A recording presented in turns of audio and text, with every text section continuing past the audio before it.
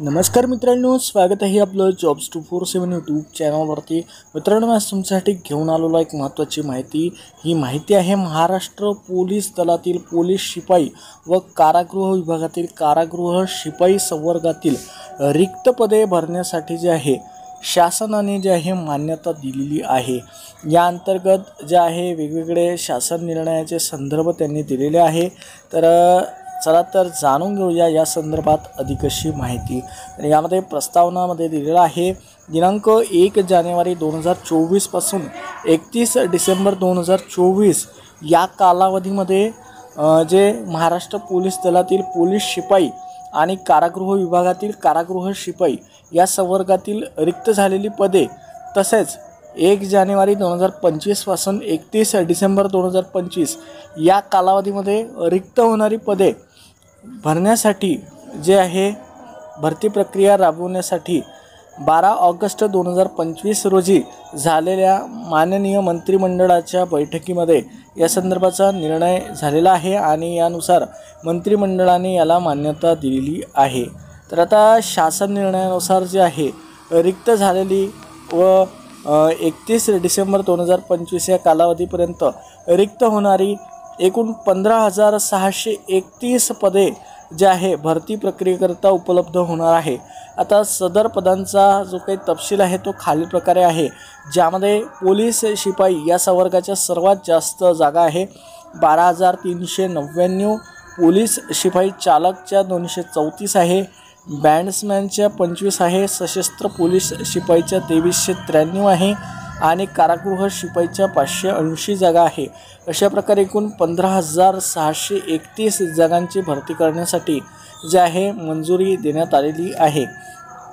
यामध्ये संदर्भ क्रमांक 1 अन्वये जे आहे सुधारित आकृतीबंध जे आहे हे प्रशासकीय विभागांनी अंतिम मंजूर केलेले आहे। अशा प्रशासकीय विभागांना जे आहे महाराष्ट्र लोकसेवा आयोगाच्या अंतर्गत जे काही पदे येतात ती वगळून अन्य संवर्गातील सरळ सेवा कोट्यातील रिक्त असलेली 50% पदे भरण्यास अनुमती देण्यात आलेली आहे।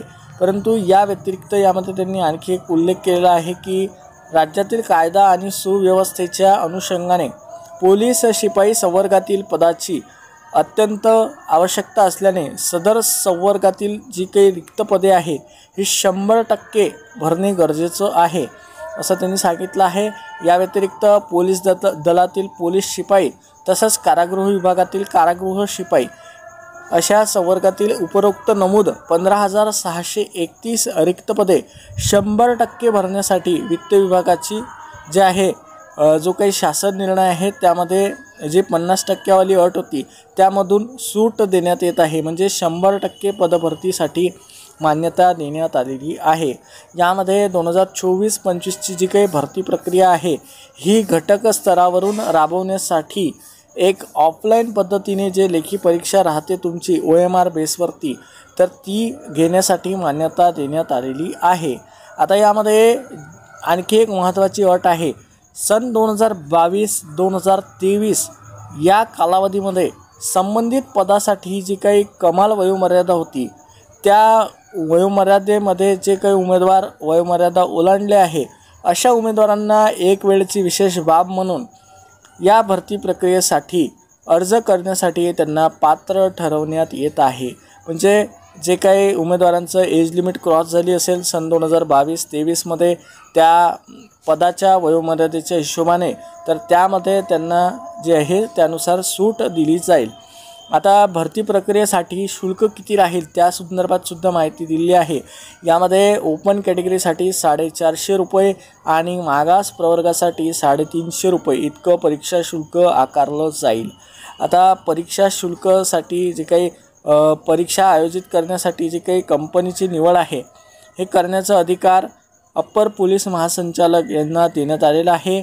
बाह्य सेवा पुरवठादार कंपनी ही परीक्षा राबवली जाऊ शकते त्यांच्यामार्फत असं त्यांनी सांगितलं आहे।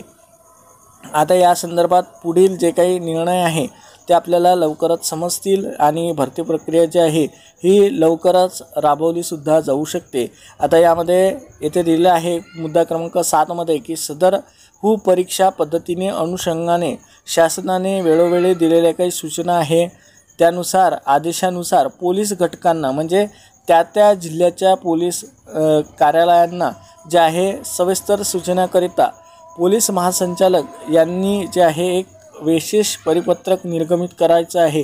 त्या संदर्भात त्यांनी येथे उल्लेख केलेला आहे। त्यानुसार प्रत्येक जिल्हानिहाय जे आहे यामध्ये जागांचा तपशील आपल्याला लवकरच पाहायला मिळेल। यामध्ये प्रत कोणाकोणाला दिलेली आहे त्याची सुद्धा माहिती दिलेली आहे। तर अशा प्रकारे जे आहे हे 4 पानाचं GR आहे मित्रांनो। आज दिनांक 20 ऑगस्ट 2025चा हा GR आहे। हा GR तुम्हाला डाउनलोड करायचा असेल तर खाली डिस्क्रिप्शनला लिंक दिलेली आहे, त्यावरती जाऊन तुम्ही हा GR डाउनलोड करू शकता। तुम्हाला या व्हिडिओमध्ये शॉर्ट आणि सिंपल भाषेमध्ये जे आहे यामध्ये माहिती देण्याचा प्रयत्न केला आहे।